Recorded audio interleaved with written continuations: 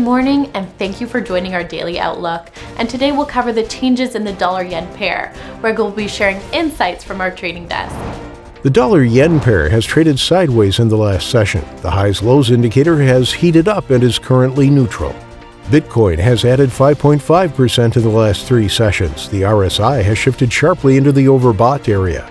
The price of gold has remained as is in the last session. The RSI has slightly receded into neutral territory.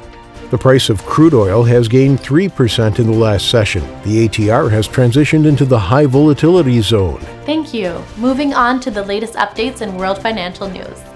Oil prices climbed, recouping some losses from the previous session after U.S. company Moderna said its experimental vaccine was 94.5% effective. The dollar dropped, and the euro and British pound gained as investors began the week in an upbeat mood on hopes for a successful vaccine against COVID-19.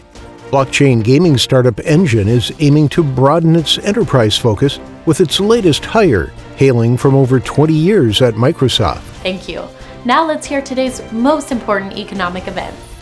The UK CPI will be released at 700 GMT, the Eurozone CPI at 1000 GMT, the US MBA mortgage applications at 1200 GMT, the Canadian retail sales at 1230 GMT, the US building permits at 1330 GMT, and the Canadian CPI at 1330 GMT. We hope that you've enjoyed today's market outlook. On behalf of all of us here, we wish you a productive trading day.